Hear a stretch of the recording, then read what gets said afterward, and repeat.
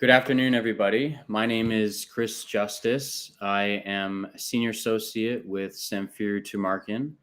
As many of you know, I've done this a few times now and will continue to do so, and that is to answer hopefully as many employment law related questions as I can within the time allowed. So if you've got questions regarding anything to do with the workplace, maybe you were let go and you want to know about a severance package you received. Maybe you're going through something in the workplace currently, maybe at the hands of your boss, or perhaps you have a question regarding a contract that's been given to you and you want to know sort of what the ins and outs of that contract are, whatever it may be. Get your questions in, and as I say, I'll answer as best possible. And for those that I can't answer or can't answer in full, by all means, do give us a shout, set up a consultation if you've got questions, and we can go through it in much more detail during the consultation. But with that said, I wanted to start today just with some continuing stuff going on in the news relating to layoffs, really across many different industries, many different sectors. There is news rather of people being let go, people being placed on a temporary layoff as well. So not necessarily being let go, but apparently to be called back in the future due to some economic reason or whatnot. So I wanted to chat a bit about that because it comes up a lot, but it's very important that people understand sort of what their rights and entitlements are. So in the context of people being laid off, and when I use the word layoff, I mean somebody who's been temporarily laid off. So you might be at a company and you may have just gotten some notice that due to a downturn in the economy or a slowdown in the business, that your employer is putting you on what they call a temporary layoff. And usually that's followed with the statement that you will be called back at some point, some point in the near future. Some companies will give you an actual day that you'll be returning, and other companies will simply say that you're being laid off on a temporary basis and that the company will look to call you back to work as soon as possible. Now, if you're in a situation like this, a lot of people mistakenly believe that employers can actually place you on a temporary layoff in general, when in fact there has to be some consent, some acknowledgement on your part in order typically for an employer to even put you on a temporary layoff. A lot of times people think that there are areas of the law that allow companies to place employees on a temporary layoff in general, and that for that reason, a lot of people that are placed on a layoff don't actually get any legal advice. They don't come and speak with a lawyer. They just think that it's something that can be done and they don't object to it, and a bunch of time passes. And then by the time they eventually get in touch with a lawyer, a lot of times a lot of time has passed, and in fact, too much time has passed, and they are instead seen as having accepted the layoff just by virtue of being silent for all those months or potentially longer if that's the case. So you want to act quick when it comes to temporary layoffs. You don't want to wait around. You don't want to agree to the temporary layoff. If you're going to be placed on it without your consent, that's one thing. You can't really stop that. But you want to be careful about agreeing to a layoff thinking that they can do it when, as I say, a lot of times they can't. Because what the law says is that for the vast majority of people who are placed on a layoff without their consent, that's actually, in the eyes of the law, a termination. And that individual now has the possibility or the ability to pursue their full severance rather than simply wait around in hopes that they're going to get called back to the job. So that's number one. Now, I mentioned also going on in the news still are people who are just being let go. They're being terminated. There's no temporary layoff. There's no chance of a recall. They're just being let go.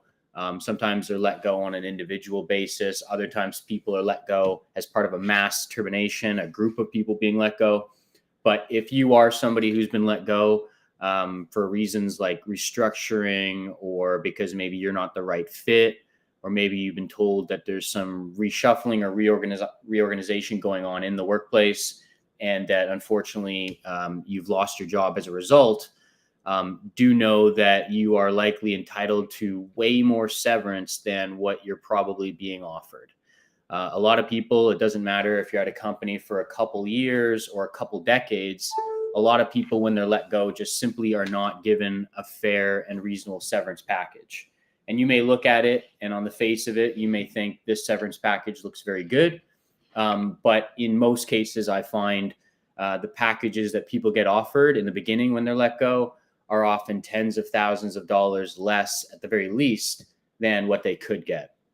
So if you're a part of a group of people or just an individual, and you've been told that you are losing your job, that you are being let go, and your company is giving you some kind of a severance package, maybe asking you to sign back by a certain date, you don't want to sign it first before talking with a lawyer. You want to get some good legal advice before signing anything at all, because if you sign that release that you're given on the day you're let go, before you talk to a lawyer, there's a good chance, again, that you'll be throwing away a lot of money. So don't worry if there's a deadline. Just give us a call ASAP.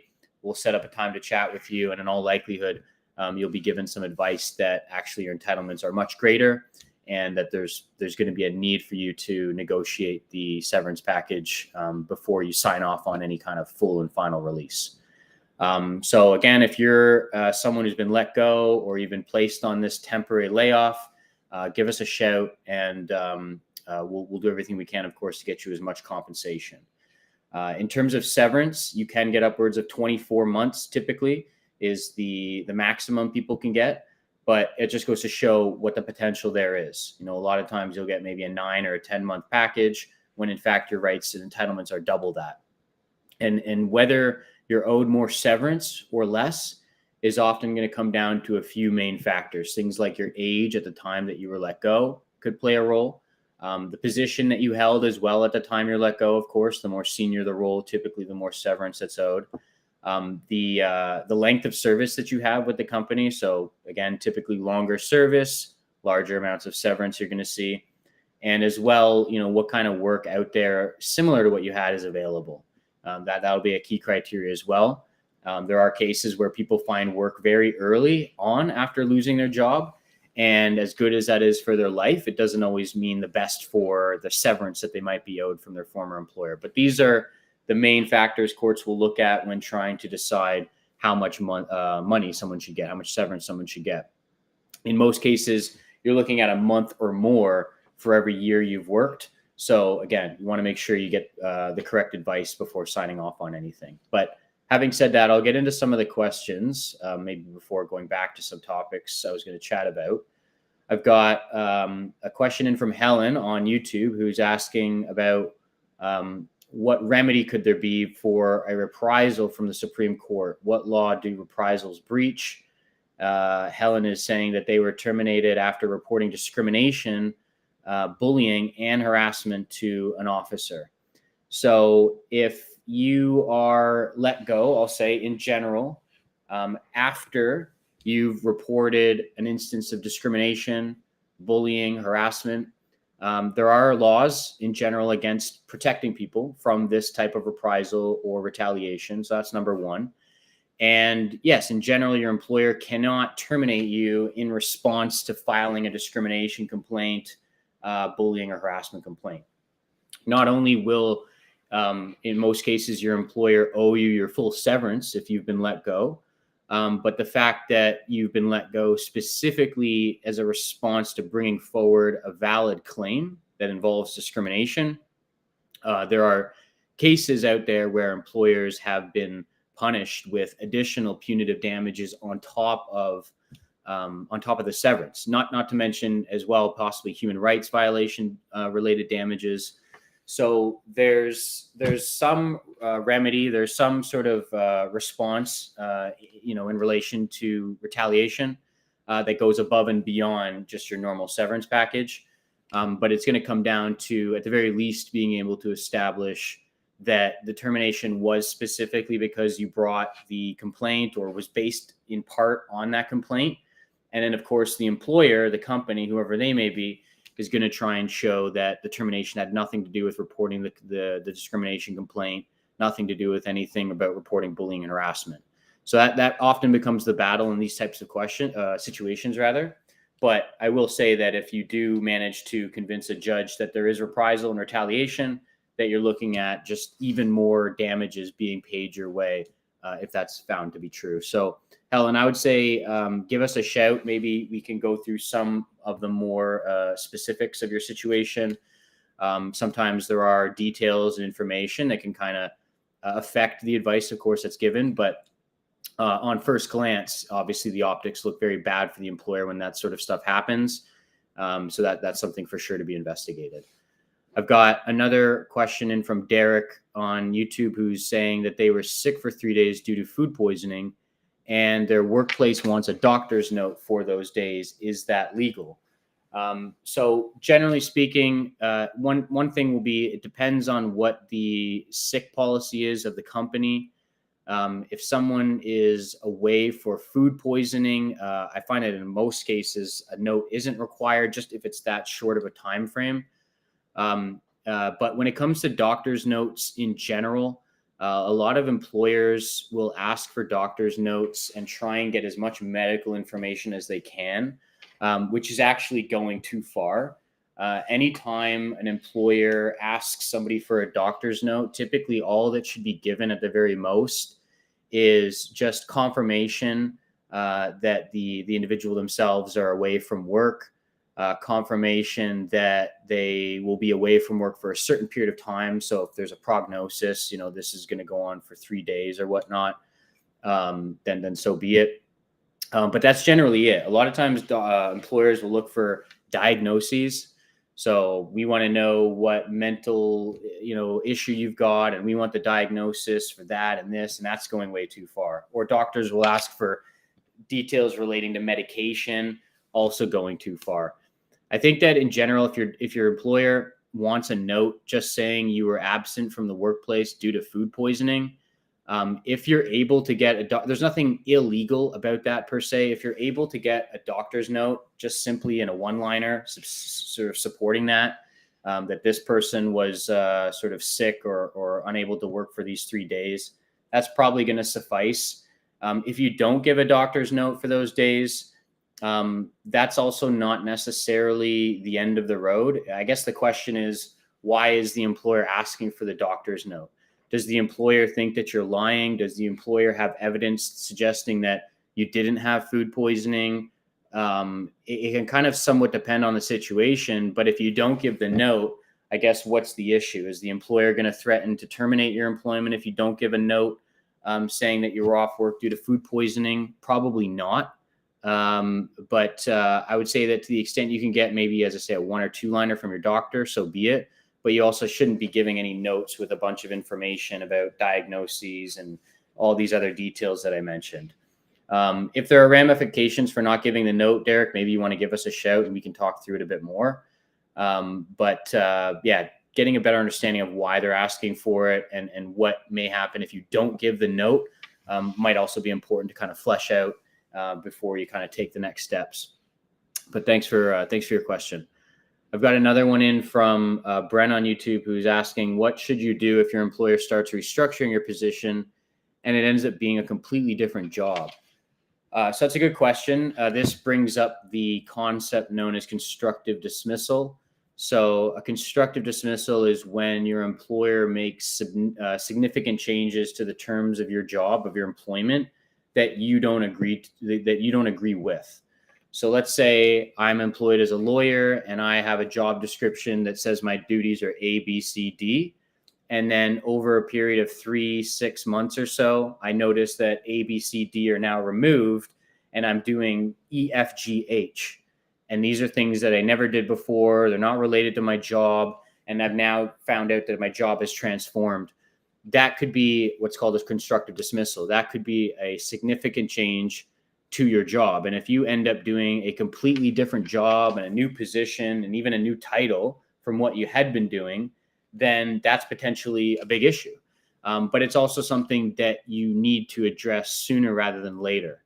So you don't want to wait around while your employer makes change after change after change to your job and then wait, several months or several years and then go after them, because by then it may be too late to make that argument because you've waited so long and you've allowed these changes all to occur. So it could also depend on how many changes are made, how long this has happened, like over what period of time. Are we talking weeks, months, years? But certainly, if you're now doing a completely different job, this is something that needs to be generally raised with your employer. And you need to, sort of say, look, I signed up to do this, and now I'm doing this. I never agreed to do this, never signed anything saying I would do this. And my job is essentially, fundamentally different than what it is that I signed up to do. And as an employee, you need to draw a line in the sand at the very least to say, number one, what the changes are and how significant they are from what you're used to. And number two, that you're not agreeable to the changes, that you're more than willing, able, ready, happy to do your job as you knew it, as you signed up to do it. And you don't want to suggest that you're just going to leave altogether, but that when it comes to this completely different job that you didn't sign up to, that's not something you're agreeable to. And at that point, once you've done that and you've put it in writing, hopefully, your employer is going to have a decision to make. Either they're going to, maybe hopefully give you your job back or find out some compromise, or they're going to say, no, it is what it is. We're sticking with this new job that we're giving you, so you have to do it. And at least at that point, you can say that you tried, you made your concerns known, and that your employer is simply just coming back and saying, too bad, so sad, it's our way or the highway. And if that happens, and now you're in that situation after you've tried what you can do, I'd recommend you getting in touch with our law firm and talking about it in a bit more detail. Because before you actually say that you're going to leave or that you consider this to be a termination, you definitely want to get some legal advice, just in general, when it comes to communicating with your employer over emails or letters about, changes to your job. Whatever it may be, always good to get some legal advice just so that you're saying the right things and at least setting yourself up later so that if you do need to leave, or if it comes to you being let go or them trying to give you a severance package of some sort, at least you've kind of papered the trail and you've done and said what you need to do to get to that point. Because if they want to change it, there's not much you can do to stop that. But if that's not something you're agreeable to, then at least you have some options, as far as either sticking around and dealing with it, but not being able to go back later, or, drawing a line in the sand and saying, enough's enough. This is not something I signed up to do, and then go from there. But probably, again, something you should give us a shout about, Brennan. We can have a more involved consultation with you to get some of those details. I've got another question in, or at least a part question from Sam. Sam saying that they're glad this channel provides relevant information to employment law. So I appreciate that, Sam. It's definitely what we try to do, get the word out, try to address pretty common situations that employees find themselves in. Because, for the most part, a lot of people just aren't aware at all about their rights, about their entitlements. Even when it comes to things that one may think are relatively straightforward, people don't know. And as I said earlier on in the show, you're oftentimes throwing away tens of thousands of dollars of money without knowing it. But Sam, I didn't get the second half of your question or of your statement. So you applauded the channel, and then you said most of the content from the channel applies to the legal jurisdiction of Canada, which is true. I deal in Toronto, Ontario. We've got offices, though, in Vancouver, British Columbia as well, Alberta. But we do deal in the jurisdiction of Canada, generally speaking. We don't give advice, generally speaking, when it comes to American law, which is a completely different thing. But yeah, Sam, your question just got cut off. I think you may have been asking for a good channel or perhaps a firm that deals in matters outside of Canada. But just let me know there. Thanks. I've got another one in from Carol on YouTube who's saying that they've been placed on a paid administration leave since March the 20th. They've only got one document relating to an investigation that's pending, and there's little to no communication. So you've been on leave since March. That's quite a long time, seeing as now we're into November.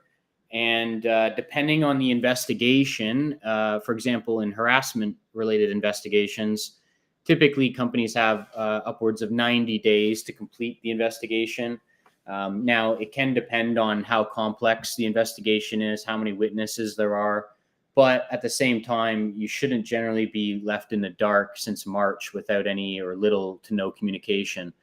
So Carol, this may be a situation where either you can try contacting the employer again and trying to get some information or idea of what's going on, or perhaps what the outcome is, or what went into the concluding report, if there is one. But if your employer is going to keep you on this suspension, despite you asking for further details, and you have no idea as to when this thing's going to be over, then you should give us a call. It may take a lawyer getting involved. I'm not sure exactly why it's taking so long. I mean, it's good that they're at least paying you while on the leave, because that would have even been way worse if it was an unpaid leave for 6, 7, 8 months.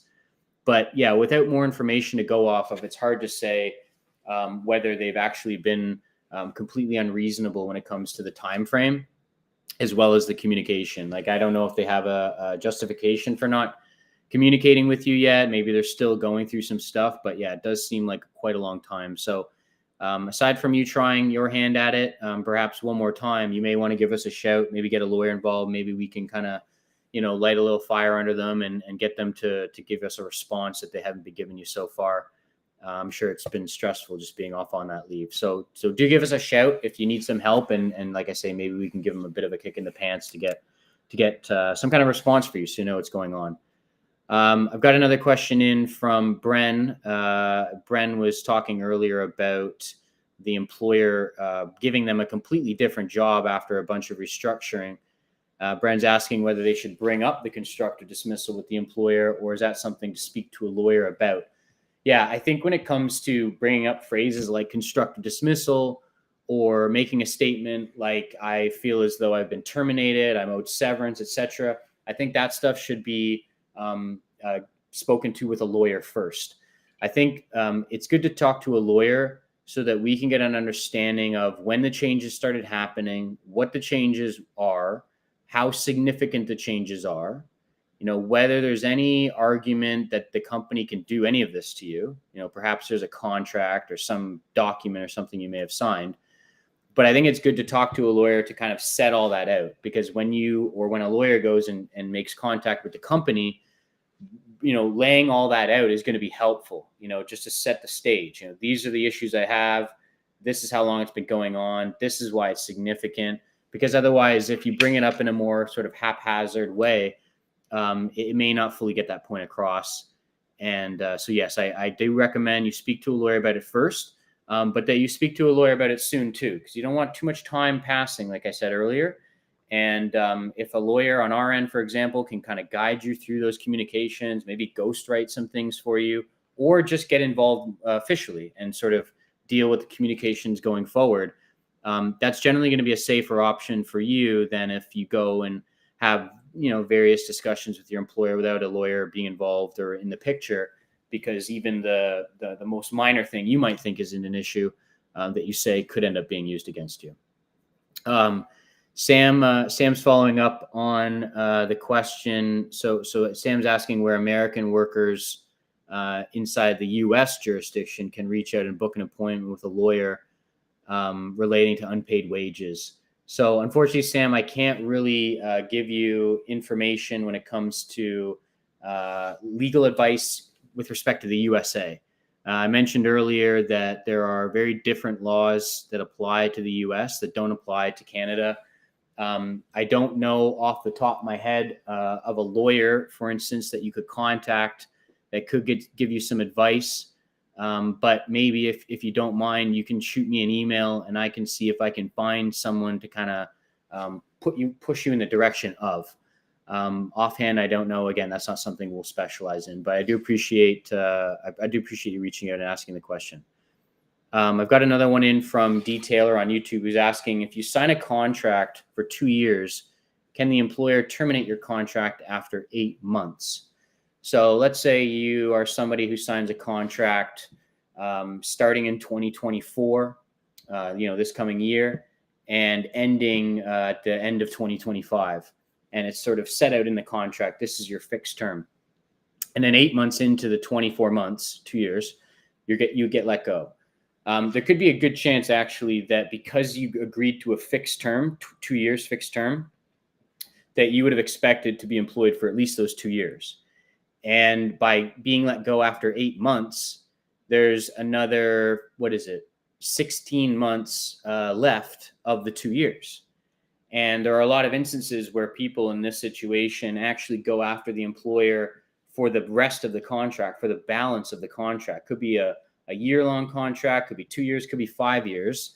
There are cases where somebody was expecting 5 years of a fixed term, let go after a few months, and the courts ended up giving that person about 4.5 years of severance, which is way more severance than an employee would typically be entitled to. And it was because there was that fixed term that specifically said, you're going to work here for 5 years. A lot of contracts, they don't have fixed terms. They just say, welcome aboard. We hope you have a long-standing future. And, we can let you go if the time comes. And then that's where you might get, a month for every year you work, or maybe a couple months for every year you work. But in a situation where you actually have a fixed term contract and you're let go early, you could be looking at a lot more than typically would be the case. Because normally, if you're a 2-year employee and you don't have a fixed term and you're just let go, due to restructuring or whatnot, as a 2-year employee, you might be able to get 3, 4, 5, 6 months of severance normally. But fixed terms, again, you could get way more than that, though it would depend on what the contract says. There are fixed term contracts that have certain language in them that will allow a company to avoid having to pay out the rest of the contract. So there will be a need to probably look at that contract, look at the language in there, look at the clauses that are in there, and find out if that were to happen, you being let go after 8 months, whether you'd be looking at the rest of the contract paid, or you'd be looking at a severance package that's more in line with an 8-month employee. Which, for what it's worth, could still be several months of compensation. But it's a good question, and definitely something you want reviewed by a lawyer first. I've got another question in from DDV Baseball on YouTube, who's asking whether or not an employer can use information from an exit interview against you. So if you've resigned, should you decline participating in an exit interview? And I'll say generally speaking, there is the possibility that an employer could use information on an exit interview against you. It just kind of depends on what the information is. So, for example, if you are let go, say you're terminated without cause, they give you a severance package, they offer you some money, and then you're saying some things in the exit interview about maybe something you did wrong in the past that they never knew about, or it could be anything, then your employer may potentially be able to take the package or the offer off the table and not give it to you. So that could be one potential downfall of what could be said during an exit interview that could affect you. You want to be very wary of that. In my experience, it's not typically normal for there to be an exit interview. Usually you're just told that your time's up, maybe pack your bags and be on your way out. So I'd be a bit cautious about why an employer wants an exit interview, what the purpose is. If you've resigned and your employer wants an exit interview, I would at the very least say that you should be getting some legal advice before participating in anything like that. Like I say, in general, it's not very common that you'll find companies do exit interviews, though there could also be legitimate reasons for the interview. They may need some information from you on your way out. Maybe you've got, maybe it has to do with transitioning you to another employee or having some other employee come in. And the interview could be designed at just gathering some information, but also could be used for more nefarious reasons too. So you'd want to be wary of that. But I think getting the context around why they want that interview, getting context around what were the circumstances as far as you leaving, whether it's a resignation or whether it's a termination, you want to be mindful of that, and that could affect the legal advice. But do give us a call if you've got further questions. I appreciate it. I've got another question in from Sir S on YouTube, who's asking, what sort of measures do employers need to take to stop a workplace from being toxic? If employees are behaving badly, what should be done?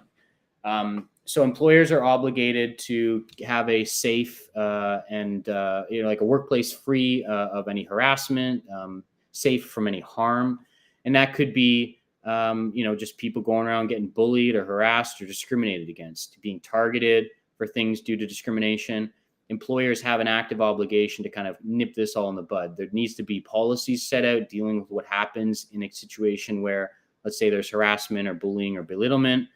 But also, once employers are made aware of this stuff, they need to act quickly. So if you're being targeted or exposed or being subjected to toxic treatment, that's generally something you need to raise with the company, raise with HR. There'll be an investigation done, or at least there should be.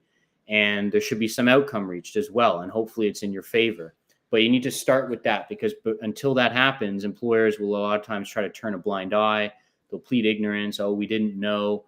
And had they only brought forward their complaint, we would have addressed this and that kind of stuff. And it's a lot of times where people will leave environments before submitting a complaint and then try to argue later that they're owed severance, which can be more difficult than if they had approached the employer, identified the issues, and then hopefully the employer does what they need to do. But if not, and they drop the ball, now you've got them potentially on the hook for a failed investigation or a faulty investigation. And not only could you be owed severance on your way out, but additional damages as well. But this is also something that I would suggest getting some legal advice on, as far as how best to approach the employer, to relay the information, to gather the evidence, because you want to be careful when it comes to that stuff too, that you're not doing or saying something that could hurt you on the way out, even if it's inadvertent. But thanks, sir, for your question. It's something that I think a lot of people are dealing with, and some good advice is, I think, warranted. That does it, though, for my time, everyone. I realize we're beyond the time frame, but I do appreciate all the questions that everyone brought in. As always, we do this many, many times. So if I didn't answer questions that you may have had today, give us a shout. As you see down below, we've got another session coming up very soon with Lior. So if you didn't get your question answered today, definitely tune in again. Down below there are the details, and get your question at that point. But as far as I'm concerned, thanks again, everyone. It's been a pleasure. I will be back. But do have a great rest of your day. Thanks for joining us, and all the best. Take care. Bye for now.